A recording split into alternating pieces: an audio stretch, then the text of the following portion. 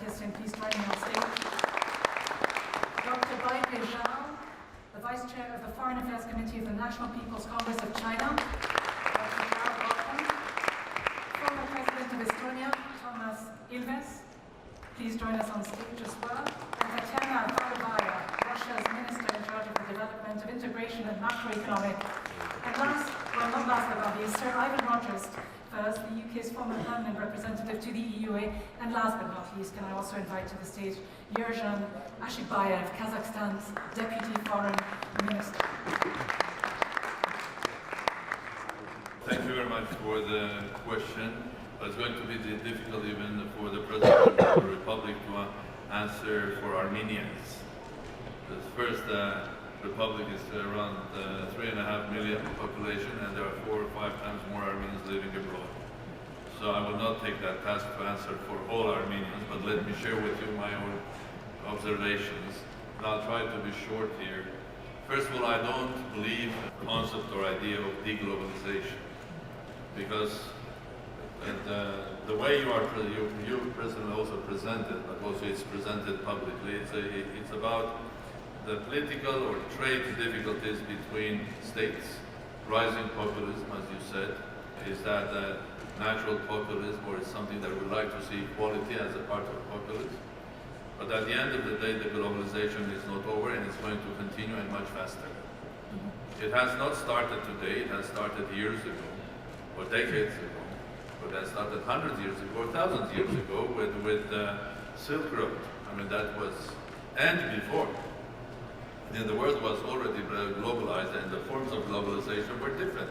Alexander the Great reaching these areas, and then the Silk Road connecting Shanghai with the end of Europe. And I'm proud to say that my nation, Armenians living those days in Calcutta, in these areas, in Samarkand, Bukhara, and Shanghai, had a role play. And there was a wonderful exhibition the end of last year in New York at the Metropolitan. It was called Armenia. Basically, it was telling the story of Armenians being sort of a big part of that Silk Road. And would like to be a big part of the new Silk Road. So, the globalization is going on. We have difficulties on the top. The mid-globalization, which is the markets, trade and everything, is on. And on the lower level, it's even much bigger, because the world is trading via Alibaba and Amazon. Everybody is connected, the media is changing, so it's on. So the fact that we don't understand how to manage it, it's a different question. And I'll be happy to answer. And now the answer to our questions. Armenia is a small nation, a small state, but a global nation. And I think we will be people that know how to adapt themselves, people that have gone through huge tragedies during the history and have restarted the life again. So a quality that is very important in the new world where there are less certainties, there are more uncertainties. As you say, there are more uncertainties. You mentioned Europe. But I'm positive. Positive, all right. Well, let's look at this a bit more in detail, because Armenia, as you mentioned, is a small country. It's the smallest former Soviet republic. You say it's got a global outlook.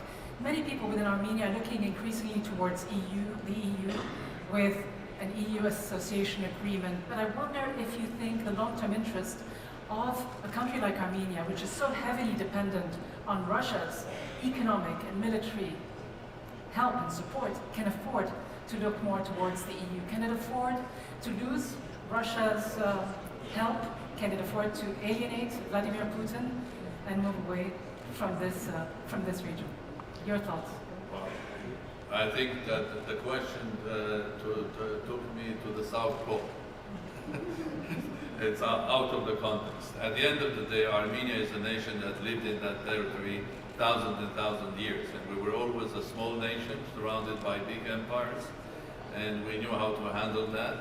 And I mean, we are there. We're still a crossroad, and as I said, it's a small state but a global nation. And in Russia, we have probably as many Armenians living as in Armenia itself. In California, in Los Angeles, only 1 million Armenians. In Lebanon, 500,000. In France, 1 million. So it's a global nation, and we know how to work, and we know how to work very well with our friends as well. Sure, but and you're Russia not is a answering the friend. question. Russia. Is Russia more than just a friend? The question was, where does Armenia's long-term interest lie? Is it in a stronger relationship with Moscow and membership in the Eurasian Economic Union, or is it in the EU? No, I tried to answer it. Armenia is a crossroad. It has learned to work with everybody. And that's why Armenia has very close relations with the Russian Federation, and the members of states of Eurasia Economic Union were a part of that.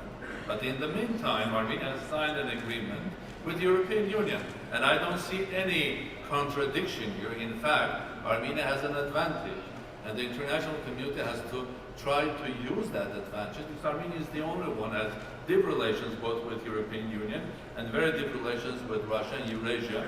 So why don't you use Armenia as a bridge to start bridging the differences between Eurasia or Russia and Europe, instead of using Armenia to divide?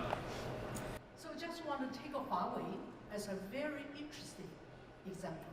The horse laps once. Oh goodness, I haven't seen this side of it. Social media replacing the traditional one? I don't think so, because at the end of it, they're going to merge together. So it is not one replacing the other one, it's going to be one altogether. Despite the impact of Twitter.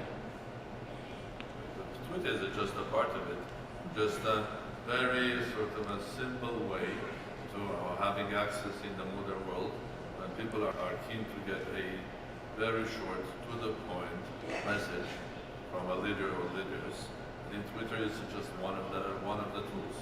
And inside Twitter, inside Telegram, inside Facebook, there are universes of development in how to handle, starting from entertainment up to other forms of media.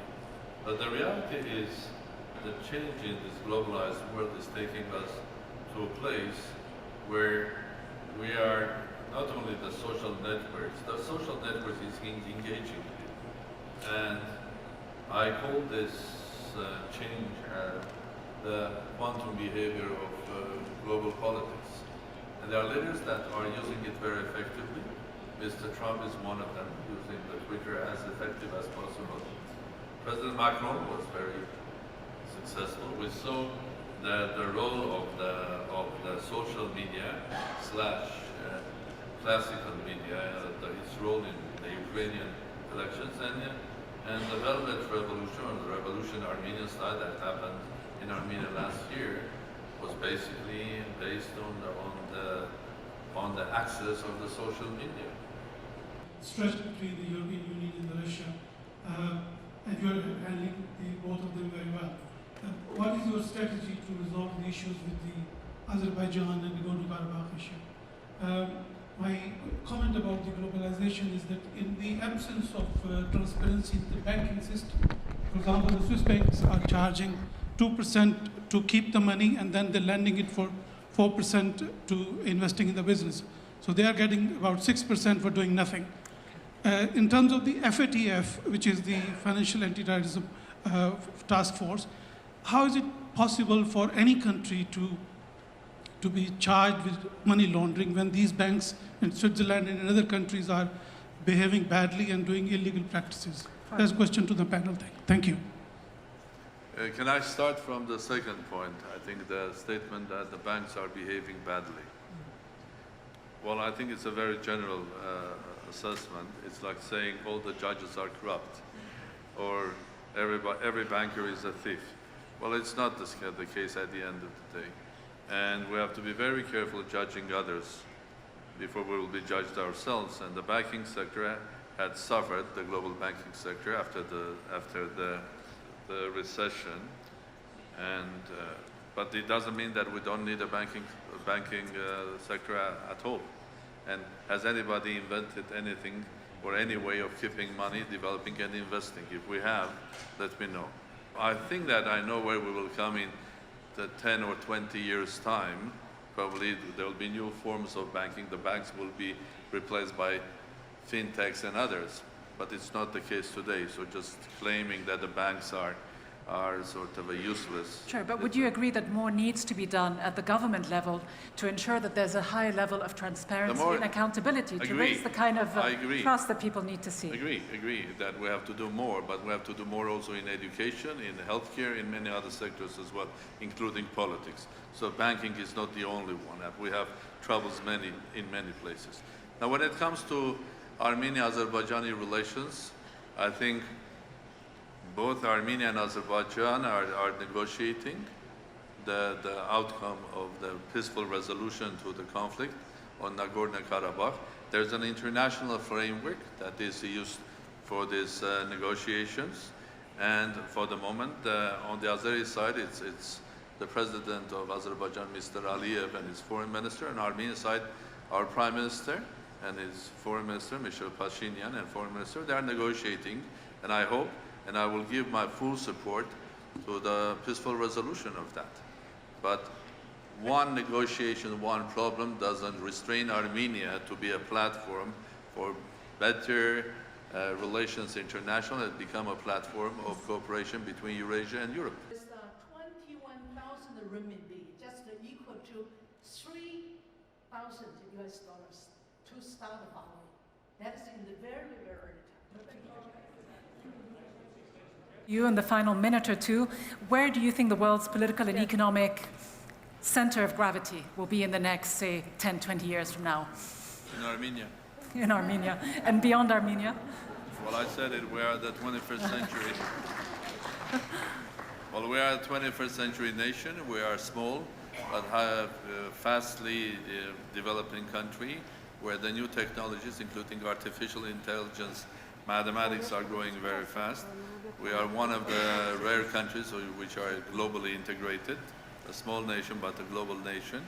We do understand the East and the West. We do understand the North and the South. So I'm very optimistic. And to your question about fact-checking, I would like to continue what the President was saying, that eventually we'll get a home fact-checking machine, like we have fact machine which is called Google. You'll have another machine which will be artificial intelligence that will immediately check if the politician is true or right, just checking artificially the face, or the facts checking with the world facts. So don't worry, pretty quick we will have on our gadgets something that will check facts as well.